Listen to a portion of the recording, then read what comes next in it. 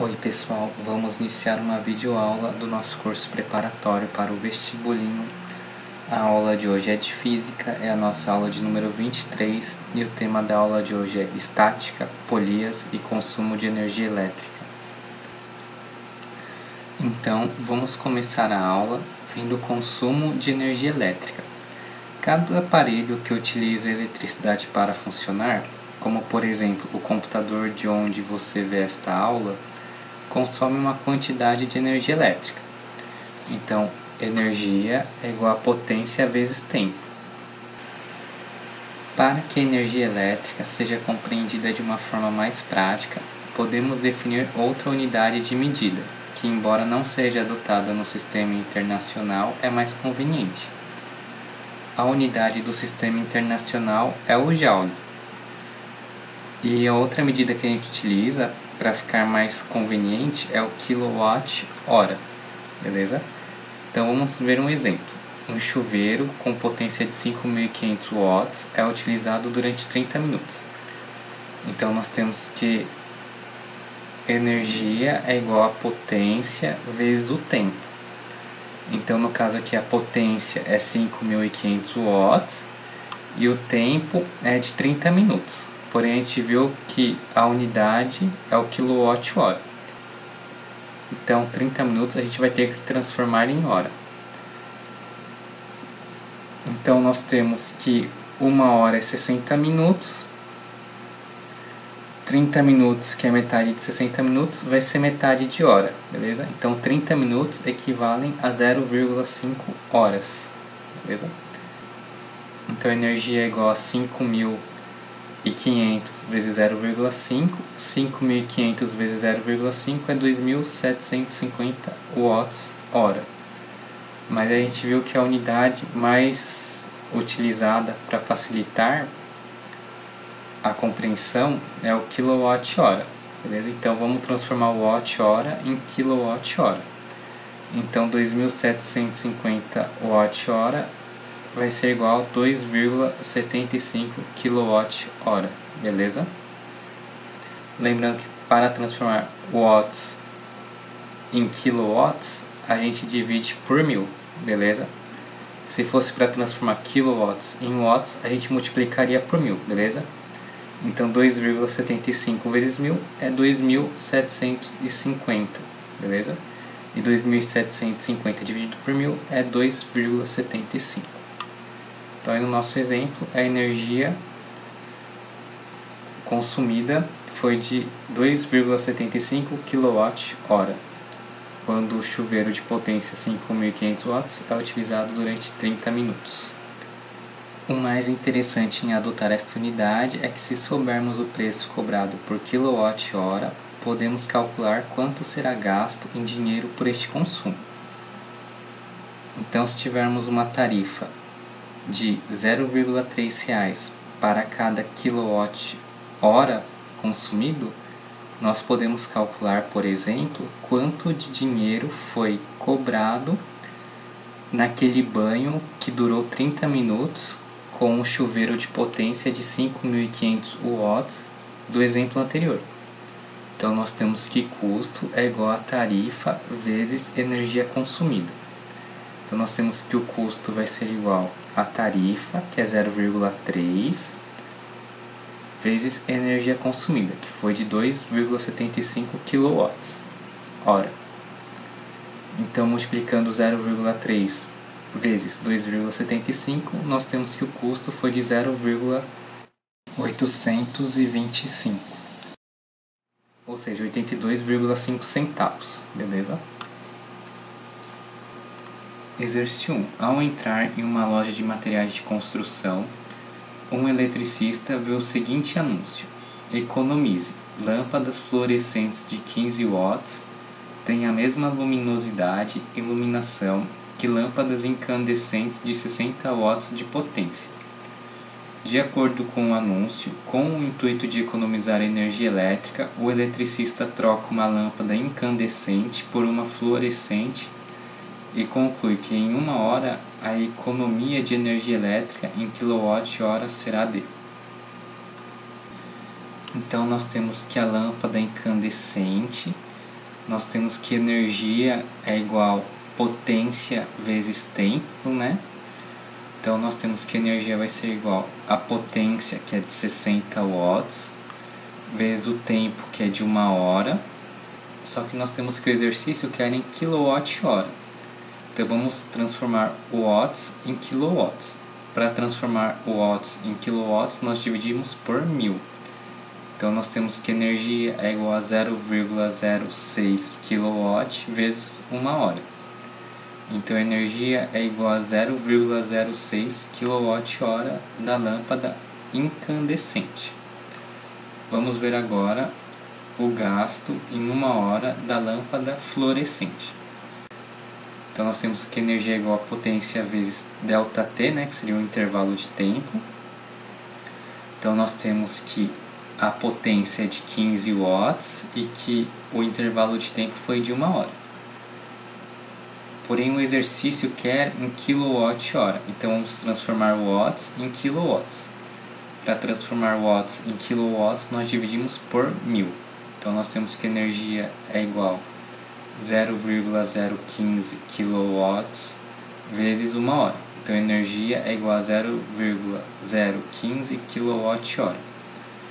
Então nós temos que a economia de energia elétrica vai ser 0,06, que é o que ele iria gastar, né, usando a lâmpada incandescente, menos o que ele gastou usando a lâmpada fluorescente. A lâmpada fluorescente é 0,015 kWh. Então vai ser 0,06 menos 0,015. Isso vai dar igual a 0,045 kWh, que é o que o rapaz vai economizar a cada hora trocando as suas lâmpadas incandescentes pela fluorescente, beleza? Então a melhor alternativa é a alternativa E, que é a alternativa que responde a questão. Exercício 2. Uma família composta de 4 pessoas utiliza um chuveiro de potência 6.500 watts para seus banhos diários. A família, preocupada com seu consumo mensal de energia elétrica, resolve analisar o seu gasto referente à utilização do chuveiro. Considere que cada pessoa gaste 15 minutos para banhar-se, cada pessoa tome um banho por dia, o mês tenha 30 dias. O consumo mensal dessa família é em kWh, então nós temos que uma pessoa gasta 15 minutos por dia para tomar banho. Então 4 pessoas vai gastar 4 vezes o tempo que uma pessoa gasta para tomar banho. Então 4 pessoas vão gastar 60 minutos por dia para tomar banho, beleza? E a gente sabe que 60 minutos equivale a 1 hora. Então nós temos que 4 pessoas gastam 1 hora por dia tomando banho, beleza? Então nós sabemos que energia é igual a potência vezes intervalo de tempo. Então vamos ver quanto que é gasto de energia pela família durante um dia. Então a energia vai ser igual a potência, que é 6.500 watts, vezes o intervalo de tempo de 1 hora, que é gasto durante um dia para que as 4 pessoas tomem banho. Então o exercício quer em kWh, então vamos transformar watts em kilowatts. Para transformar watts em kilowatts, nós dividimos por 1000. Então é 6.500 dividido por 1000, que vai ser 6,5 kilowatts vezes 1 hora. Então a energia gasta em um dia é de 6,5 kWh. Vamos ver quanto que será gasto em 30 dias. Então em 30 dias vai ser 6,5 kWh vezes 30, que vai ser igual a 195 kWh. Então melhor alternativa, a alternativa D. Pequenos consumos podem parecer bobagem, mas quando somados se tornam grandes gastos. Para ajudarmos o nosso planeta e também economizarmos o nosso salário, devemos desligar os aparelhos e não os deixar no modo de espera, conhecido por stand-by. Pensando nisso, considere a situação. Um determinado DVD consome 20 watts em stand-by. Admita que esse DVD permaneça em média 23 horas por dia em stand-by. 1 kWh de energia equivale ao consumo de um aparelho de 1000 watts de potência durante 1 hora de uso. 1 kWh é igual a 1000 watts vezes 1 hora. O preço de 1 kWh é de R$ 0,4. Conclui-se que o consumo anual em média desse aparelho em stand-by é aproximadamente de: adote 1 ano igual a 365 dias. Então nós temos que energia é igual a potência vezes intervalo de tempo. Então energia é igual a 20 watts, que é a potência do DVD, vezes o tempo que ele fica em stand-by durante um dia, que é de 23 horas. Então nós temos que energia é igual o 20 watts, nós precisamos transformar em kilowatts. Então, para transformar watts em kilowatts, nós dividimos por 1000. Então, 20 dividido por 1000 é 0,02 vezes 23. Então, a energia vai ser igual a 0,46 kWh. Então, nós temos que em um dia é consumido 0,46 kWh. Então, em 365 dias, vai ser 0,46 kWh vezes 365 dias. Então, vai ser consumido em 365 dias, que é um ano, 167,9 kWh. Nós sabemos que 1 kWh equivale a 40 centavos, né? 0,4 reais. Agora nós queremos saber quanto que vai valer 167,9 kWh em reais. Então vai ser 0,4 reais vezes 167,9, que vai ser igual a 67,16 reais, beleza? Então melhor alternativa D de dado. Pessoal, esses exercícios assim de quilowatt-hora, geralmente eles são bem complexos mesmo e às vezes demoram um tempo para fazer. Então, se você vê um exercício desses na prova e viu que você deu uma olhada meio que por cima e viu que vai ser uma questão trabalhosa e demorada para fazer, tente deixar essa questão por último, beleza? Estática. Na física, a alavanca é um objeto rígido que é usado com um ponto fixo O, apropriado fulcro, para multiplicar a força mecânica que pode ser aplicada a outro objeto, resistência. Isto é denominada também vantagem mecânica. E é um exemplo do princípio dos momentos. O princípio da força de alavanca pode também ser analisado usando as leis de Newton. Aí tem uma frase, de Arquimedes sobre isso. Dê-me uma alavanca e um ponto de apoio e levantarei o mundo. A força F aplicada em pontos de extremidade da alavanca é proporcional à relação do comprimento do braço D da alavanca medido entre o fulcro e o ponto de aplicação da força aplicada em cada extremidade da alavanca. A equação fundamental das alavancas é: então aqui nós temos que força vezes a distância, então aqui F1 vezes D1 vai ser igual a força vezes distância. Então F1 vezes D1 é igual a F2 vezes D2, beleza? Exercício 4. Chiquinha Gonzaga, a primeira mulher a reger uma orquestra no Brasil, Foi também excelente pianista. Embora um piano possua cordas, ele é classificado como um instrumento de percussão, já que cada corda é golpeada por um pequeno martelo. Individualmente, cada tecla é uma alavanca apoiada entre os extremos. Portanto, enquanto a pianista pressiona com o dedo um dos extremos da alavanca, o outro extremo exerce força sobre o mecanismo que aciona um pequeno martelo, como mostra a figura. Considerando que as dimensões indicadas na tecla representada na figura, ao se aplicar com o dedo uma força vertical de intensidade 2N, transfere-se ao mecanismo do martelo uma força vertical voltada para cima de intensidade. Então nós temos aqui o ponto de ação transferido pelo dedo, que vale 2 newtons, e o exercício quer saber quanto foi transferido de força para o martelo, beleza? Ponto de ação transferida pelo martelo, beleza?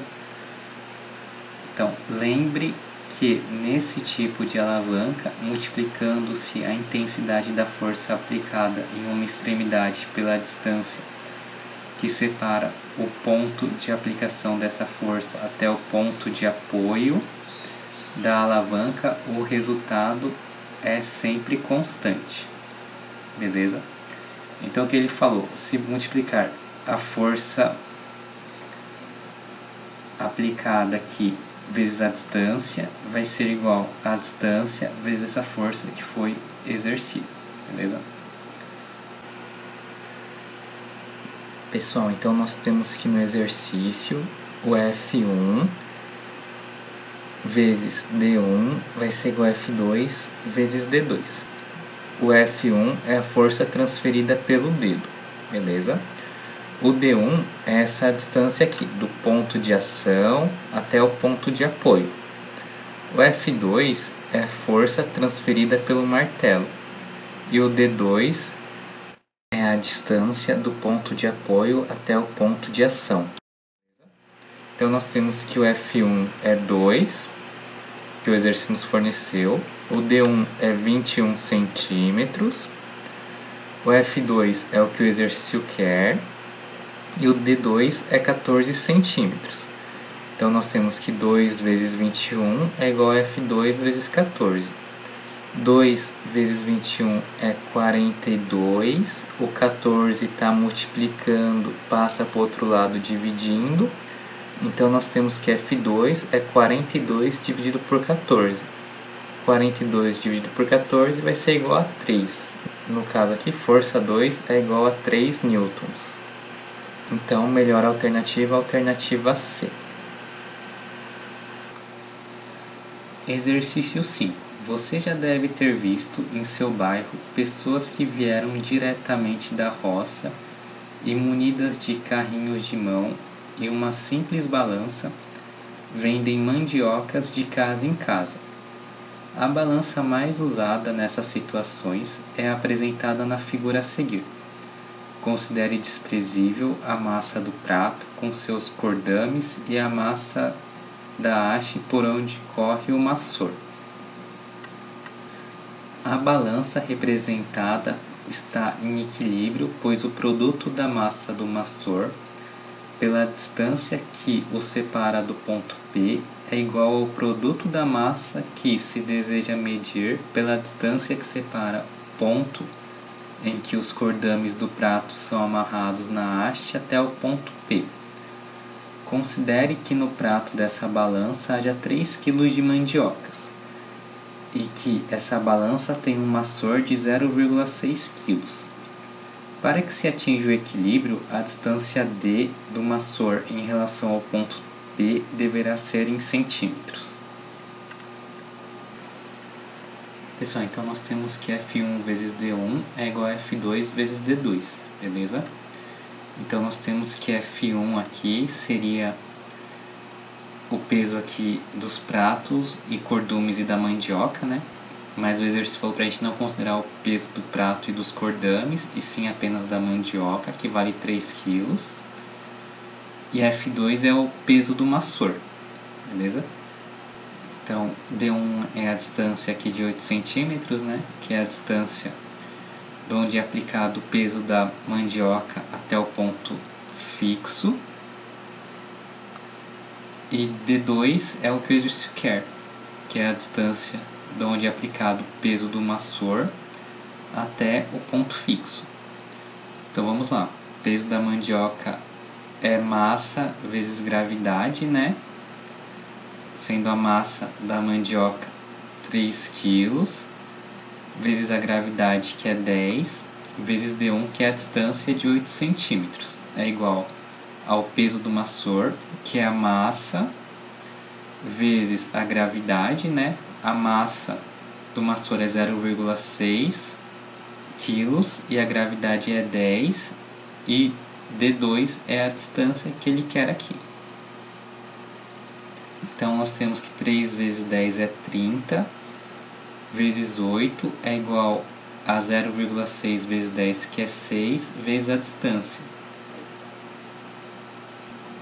30 vezes 8 é 240, o 6 está multiplicando, passa para o outro lado dividindo. 240 dividido por 6 é igual a 40 centímetros, beleza? Então esse D2 aqui vale 40 centímetros. Então, melhor alternativa, alternativa E. Exercício 6. A barra da figura é um corpo rígido de peso desprezível, apoiada no ponto P. Qual o módulo da força F que mantém a barra em equilíbrio mecânico na posição horizontal? Então ele quer saber qual seria essa força aqui, beleza?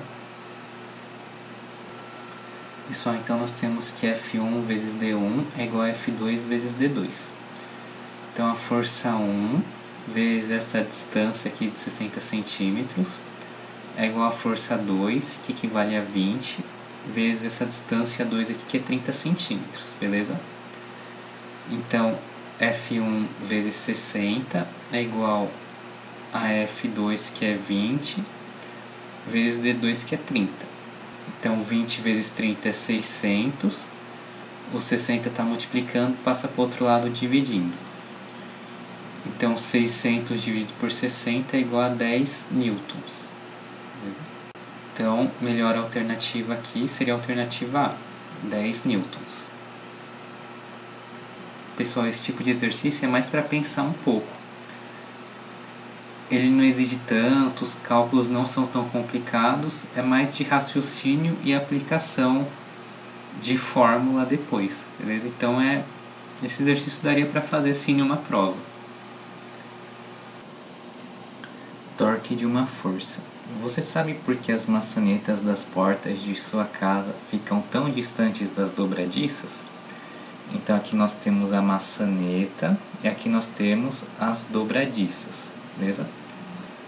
Imagine o que acontece quando você abre ou fecha uma porta aplicando uma mesma força em pontos diferentes, com relação às dobradiças, eixo de rotação. Você poderá verificar que quanto mais longe do eixo de rotação, mais facilmente você conseguirá abrir ou fechar a porta. Então aqui a gente tem um exemplo, né, que a gente vai ver no próximo exercício, que o homem está aplicando uma força maior que o menino, porém, pelo fato da força aplicada pelo menino estar mais longe do eixo de rotação do que a força aplicada pelo homem, a porta irá se abrir. Podemos concluir que o torque é diretamente proporcional à distância d em relação ao ponto de rotação. Devido a esse fato é que se coloca a maçaneta das portas na extremidade oposta ao ponto de rotação, beleza? Então aqui o ponto de rotação, né? Também conhecido como eixo de rotação, e aqui a maçaneta, beleza?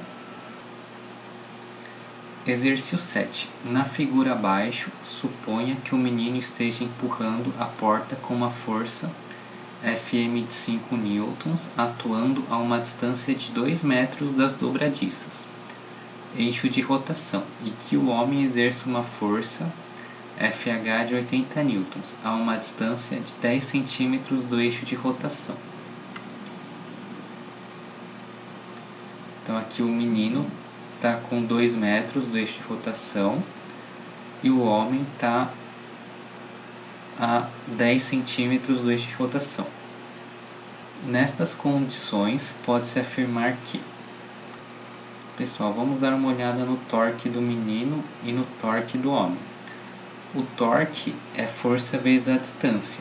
Então, do menino vai ser força que é 5 vezes a distância que é 2 metros. Então, o torque é 10 Newton vezes metro. O torque do homem, a força vezes a distância, a força é de 80 newtons.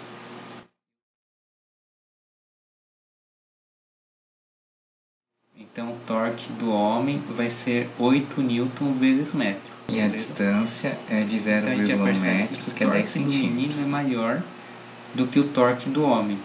Então, o que vai acontecer? Embora o homem esteja forçando para fechar a porta e o menino esteja forçando para abrir a porta, pelo fato do torque do menino ser maior, a gente percebe que a porta vai se abrir.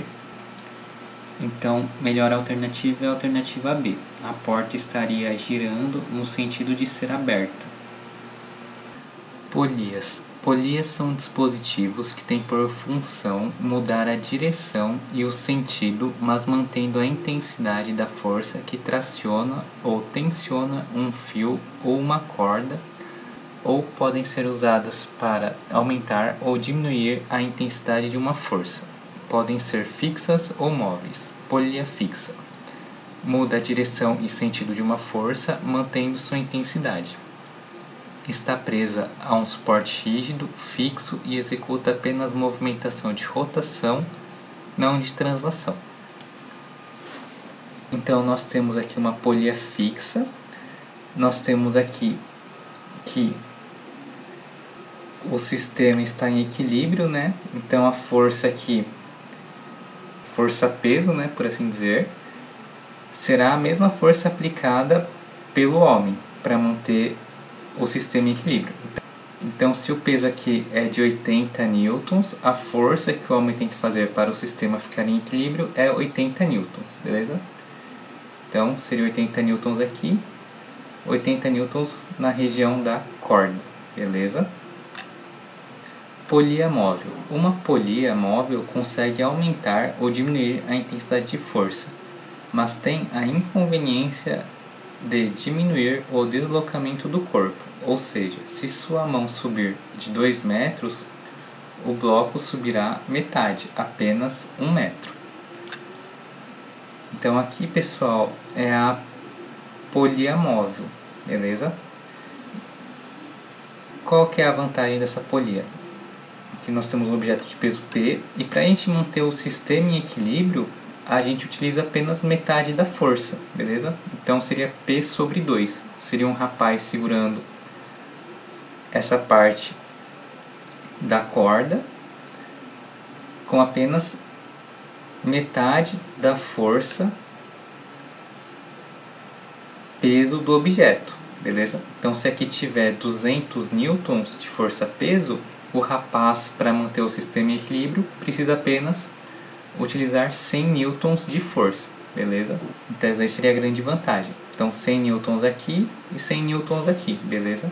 Já que na corda seria a mesma força, beleza? Se aqui for 100 newtons, aqui também tem que ser 100 newtons. Associação de polias. Uma polia fixa e outra móvel. Então, nós temos aqui a polia fixa e nós temos aqui a polia móvel. Então, a ideia é a mesma. Então, aqui se o peso é de 400 newtons, aqui o peso irá ir pela metade, nessa parte, então vai para 200 newtons, nessa polia móvel. Aqui, a polia fixa não vai alterar. Então, o rapaz, para manter o sistema em equilíbrio, precisa aplicar uma força de 200 newtons. Uma polia fixa e várias polias móveis. Então, aqui a ideia é a mesma. Aqui nós temos o peso. Na primeira polia móvel, o peso irá ir pela metade, P sobre 2. Na outra polia móvel, o peso irá ir pela metade de novo, então ficará P sobre 4. Na outra polia móvel, o peso irá novamente pela metade, então ficaria P sobre 8, beleza? E aqui nós temos a polia fixa, que não vai alterar a força. Então, para o rapaz manter o sistema em equilíbrio, vai precisar aplicar uma força de P sobre 8. Então, se o peso aqui for de 800 newtons, o rapaz terá que aplicar apenas 100 newtons para manter o sistema em equilíbrio, beleza? Então vamos lá, 800 newtons aqui caiu pela metade, 400 newtons de cada lado, aqui caiu novamente pela metade, 200 newtons de cada lado, e aqui caiu novamente pela metade, 100 newtons de cada lado, beleza? Que seria a força que o rapaz teria que aplicar para manter o sistema em equilíbrio. Exercícios. Um corpo de massa 12 kg está suspenso por um sistema de polias e fios, como mostrado na figura. Um homem puxa o fio com uma força de F, supondo que estes elementos são ideais e as polias não têm peso, e não há atrito entre as polias e os fios, e estes são inextensíveis e sem peso. Qual é a força que o homem deve aplicar para manter o sistema em equilíbrio? Estático. Então aqui nós temos o peso, beleza? Peso, e aqui o rapaz está fazendo uma força que está mantendo o sistema em equilíbrio. Pessoal, vamos calcular primeiro o peso deste objeto. Então peso é massa vezes a gravidade. A massa é 12 kg, a gravidade é 10, então o peso vai ser 12 vezes 10, que é 120 newtons. Então nós temos que o peso deste objeto é 120 newtons. Aqui o peso será dividido pela metade, então será 60 newtons de cada lado. Aqui novamente o peso será dividido pela metade, então vai ficar 30 newtons de cada lado. Aqui novamente será dividido por 2, então ficará 15 newtons de cada lado. Aqui nós temos a polia fixa que não vai interferir, beleza? Então, para o sistema ficar em equilíbrio, o rapaz precisa aplicar uma força de 15 newtons. Então, lembrando aqui que nessa parte nós temos o teto, né, que vai pegar metade do peso. Nessa outra parte aqui vai ser a polia, que vai pegar a metade do peso. Nesse lado aqui é o teto, que vai pegar metade, e essa polia que vai pegar a metade do peso. Dessa parte aqui o teto pega a metade, e aqui o rapaz pega a outra metade do peso, beleza? Então aqui o teto pega a metade do peso, e aqui o rapaz pega a outra metade do peso. Pessoal, então aqui nós temos o peso, que é 120 newtons. Nós temos aqui que o teto vai pegar 60 newtons e essa polia vai pegar os outros 60 newtons. Aqui o teto vai pegar os 30 newtons e aqui essa polia vai pegar os outros 30 newtons. Aqui o teto vai pegar os 15 newtons e aqui o rapaz aplicará os outros 15 newtons para manter o sistema em equilíbrio. Então dessa parte aqui o peso vai ser dividido por 2, né? Então é 60 newtons de cada lado. Depois o peso é dividido novamente por 2. Então vai ser 30 newtons desse lado e 30 newtons desse lado também. Aí novamente o peso vai ser 9. Pela associação de roldanas fixas e móveis e por meio do uso de alavancas, podemos levantar cargas de pesos muito grandes, que estão acima de nossa capacidade muscular. Por isso, encontramos com frequência sistemas de roldanas sendo utilizados em canteiros de obras de construção civil. A seguir são apresentadas duas situações de equilíbrio estático, uma envolvendo uma roldana fixa e outra uma alavanca interfixa. Analise as duas situações e assinale a alternativa que contém respectivamente para cada situação a razão entre o módulo do peso Q da carga e o módulo da força aplicada F, isto é, Q sobre F. Então na figura 1 nós temos que Q tem que ser igual a F, já que o sistema está em equilíbrio. Então Q igual a F, o F está multiplicando, passa para o outro lado dividindo. Então Q sobre F é igual a 1, beleza? Se não tiver nada aqui do lado, pode-se falar que ele está multiplicando por 1 desse lado e por 1 deste lado também. Já que Q vezes 1 é Q e F vezes 1 é F. Na figura 2, nós temos que o Q vezes essa distância vai ser igual a F vezes 3 vezes essa distância. Então, Q vezes D igual a F vezes 3D. O F está multiplicando, passa para o outro lado dividindo. Q dividido por F é igual a 3D dividido por D. Então, Q dividido por F é igual a 3, beleza? Pessoal, se em uma divisão tivermos um número de cima e um número de baixo igual, nós podemos cortar. Então, se tiver 4 aqui em cima e 4 embaixo, a gente corta. Se tiver 7 em cima e dividido por 7 embaixo, a gente corta, que vai dar 1. Se tiver 9 em cima e 9 embaixo, a gente corta, porque 9 dividido por 9 é 1. E se tiver D em cima e D embaixo, a gente também corta, porque D dividido por D vai ser igual a 1. Então, nós temos que a melhor alternativa é a alternativa A, que é a alternativa que responde à questão.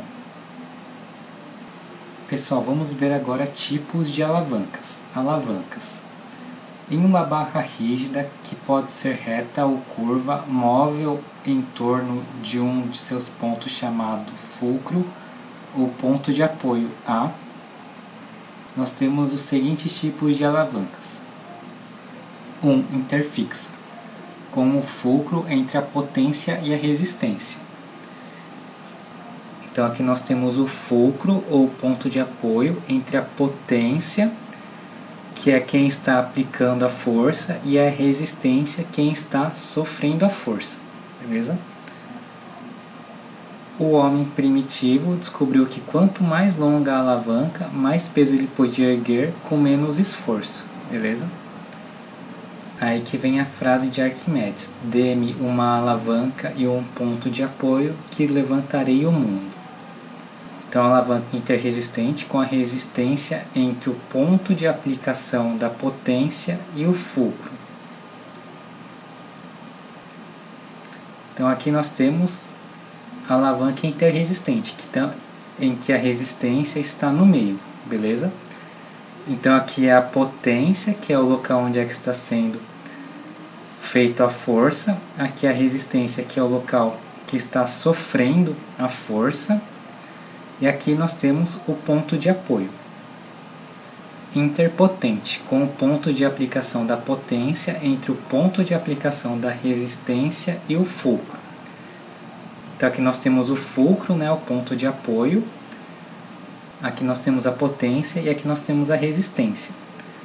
Potência é quem está fazendo a força e resistência é quem está sofrendo a força. Então vamos lá, pessoal. Então aqui nós temos os tipos de alavancas. Então interfixo. Então aqui está fazendo a força, aqui está sofrendo a força e aqui a gente tem o ponto de apoio, beleza? Então quem faz a força é a potência, quem sofre é a resistência e aqui nós temos o ponto de apoio. Então aqui potência, ponto de apoio e resistência. Aqui potência, ponto de apoio e resistência. Agora vamos ver as alavancas interresistentes. Lembrando que inter é um prefixo que vem do latim, que significa entre ou posição intermediária. As alavancas interresistentes, em que a resistência está no meio, entre o ponto de apoio e a potência, beleza? Então aqui a potência, onde está sendo feita a força, aqui que está sofrendo a força e aqui o ponto de apoio. Que é a mesma coisa, a potência que está fazendo a força, a resistência que está sofrendo a força e aqui o ponto de apoio. Aqui também é a mesma coisa. A potência, quem está fazendo a força, a resistência, quem está sofrendo a força e o ponto de apoio. Agora vamos ver as alavancas interpotentes. Então aqui o ponto do meio é quem está fazendo a força, a resistência é quem está sofrendo a força e aqui nós temos o ponto de apoio, beleza? Então aqui a potência no meio, quem está fazendo a força no meio, quem está sofrendo a força de um lado e o ponto de apoio do outro lado, beleza? Aqui é a mesma coisa, quem está fazendo a força está no meio, né, interpotente, quem está no apoio de um lado e do outro lado, quem está sofrendo a força, ou seja, a resistência, beleza? 10. Em nosso cotidiano, as alavancas são frequentemente utilizadas com o objetivo de facilitar algum trabalho ou para dar alguma vantagem mecânica, multiplicando uma força. Dependendo das posições relativas do ponto fixo ou de apoio de uma alavanca, fulcro, em relação às forças potente e resistente, elas podem ser classificadas em 3 tipos: interfixas, interpotentes e interresistentes. As figuras mostram os 3 tipos de alavancas. As situações A, B e C nessa ordem representam alavancas classificadas como. Então, a potência aqui está no meio, né? Quem está fazendo força está no meio. O ponto de apoio está de um lado e a resistência que está sofrendo a força está do outro. Então, aqui é uma alavanca interpotente. O B, nós temos aqui a força, ou seja, aqui nós temos a potência, no meio nós temos o ponto de apoio e do outro lado nós temos a resistência, quem está sofrendo a força, quem está sofrendo a ação da força. Então aqui é interfixa, já que o ponto fixo ou o ponto de apoio ou o fulcro está no meio. Beleza? E na figura C nós temos o ponto de apoio de um lado e a potência do outro. E quem está no meio, que está sofrendo a força, é a resistência. Então aqui é interresistente. Então melhor alternativa C de casa, que é a alternativa da questão. Pessoal, com isso finalizamos a nossa aula de hoje. Foi uma honra estar com vocês. Espero que tenham gostado da aula. Obrigado por acompanhar o curso e até a nossa próxima aula.